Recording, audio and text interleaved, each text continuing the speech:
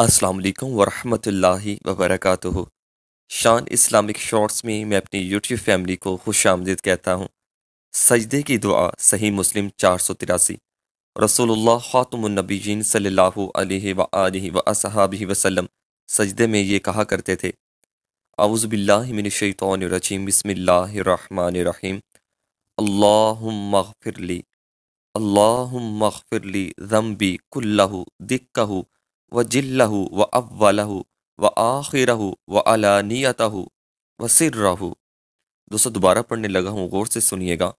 اللہم اغفر لی ذنبی کلہ دکہ وجلہ واولہ وآخرہ وعلانیتہ وسرہ۔ ترجمہ: اے اللہ میرے سارے گناہ بخش دے، چھوٹے بھی اور بڑے بھی، پہلے بھی اور پچھلے بھی، کھلے بھی اور چھپے بھی۔ سبحان اللہ۔ یہ دعا سجدے میں سبحان ربی الاعلیٰ کہنے کے بعد پڑھنی چاہیے۔